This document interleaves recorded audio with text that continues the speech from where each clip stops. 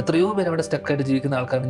നമ്മളിപ്പോ ബോംബെ പോകുമ്പോഴും നമ്മൾ ഫ്ലൈറ്റ് ഇറങ്ങി വരുമ്പോൾ കാണുന്ന എന്താണ്, അന്തേരി എന്ന് പറഞ്ഞ സ്ലം ആണ് കാണുന്നത്. അവിടെ ബേസിക് ആയിട്ടുള്ള ഒന്നും തന്നെ ഇല്ല. ഓക്കെ, വെള്ളം വീട്ടിനകത്ത് എല്ലാ ദിവസവും കയറുന്നു.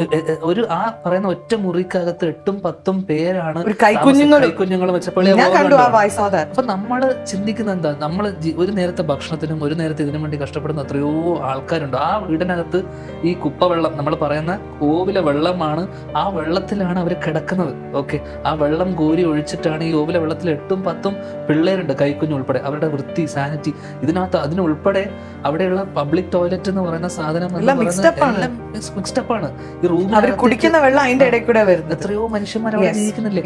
നമ്മൾക്ക് എന്തൊരു ഞാൻ മനസ്സിലാക്കുന്ന ഭയങ്കര ലക്കിയും ഭയങ്കര പ്രിവിലേജ്ഡുമാണ് നമ്മുടെ ഇവിടുത്തെ, പ്രത്യേകിച്ച് കേരളം പോലുള്ള സ്ഥലത്ത് നമ്മൾ ആക്ച്വലി എല്ലാവരും അത്യാവശ്യം എന്താ പറയണ്ട, പ്രത്യേകിച്ച് ഭയങ്കര സെക്യൂർഡ് ആയിട്ടുള്ള സ്ഥലം. ഇവിടെ വലിയ വലിയ കലാമിറ്റീസ് ഒന്നും വന്നിട്ടില്ല. ആകെ വന്നൊരു ഫ്ലഡാണ്, അതിൽ നമ്മൾ ഒരുമിച്ച് നിന്ന് സർവൈവ് ചെയ്തു.